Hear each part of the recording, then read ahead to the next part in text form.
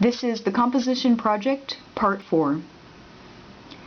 The purpose of this phase of the project is for all of you to get into place some popular music chords, 4 to 8 chords, that are consonant with the melodies and the harmonies that you have composed up until this point.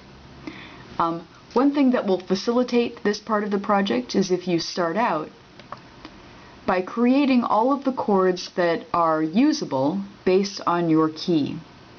So most of you are using C major or A minor.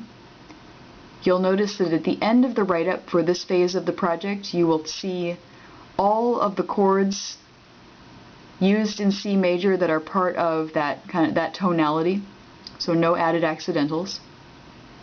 And all of the chords that can be used in A minor. Notice that for the minor key I am using the raised 7th scale degree in the 3rd, 5th, and 7th chords, or chords built on the 3rd, 5th, and 7th scale degrees.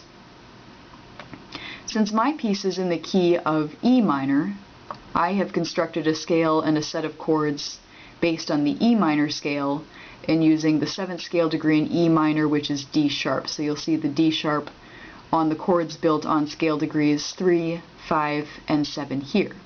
This will help you have an easy go-to list of chords with all of these different chord symbols already identified and ready to go. So the first step is going to be adding a tonic triad to your first and last sonorities. So what you should do first is click on the downbeat of measure 1, go with whichever note is in the upper clef of the 2 clefs you're using, go to Add, Text, Chord Symbol, and type in the popular music chord that will be the tonic triad of your key. Since I'm in E minor, my tonic triad is going to be E minor. Next, do the same thing for the last note, so I should have an E minor as my final chord as well. The next step is going to be taking a look at what's going on in the measure right before your last chord, or in the beat right before that last chord.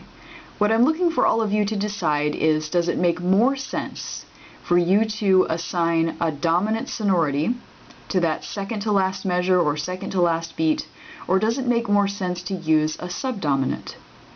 So since my second to last beat here includes a B and a D sharp, I'm going to go to my chords chart here and I'm looking for a chord that uses B and D sharp.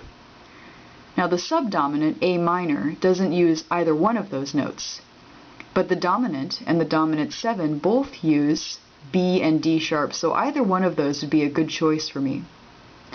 So I'm going to go ahead and assign B7, going to Add, Text, Chord Symbol, B7, that's the dominant 7 in E minor. And since the lowest sounding note in this harmony is actually D sharp, not B, I'm going to indicate that inversion using the backslash over D sharp. As the final phase in this part of the project, I've asked you all to indicate some harmonies for at least the downbeats of every measure. So I've got a couple of downbeats here that I need to add some chords to. In the case of measure 2, I have an A and a C, and so I'm looking for a chord that's consonant with A and C. Now, F sharp diminished here uses an A and C, so that's one choice. A minor also uses A and C, and so that's another choice based on my key area. So I'm going to go ahead and go with F sharp diminished. And since the lowest sounding note is C, I'm going to put over C. As a downbeat for measure 3, I also have an A and a C, so just to mix things up a little bit, I'm going to use A minor over C at that point.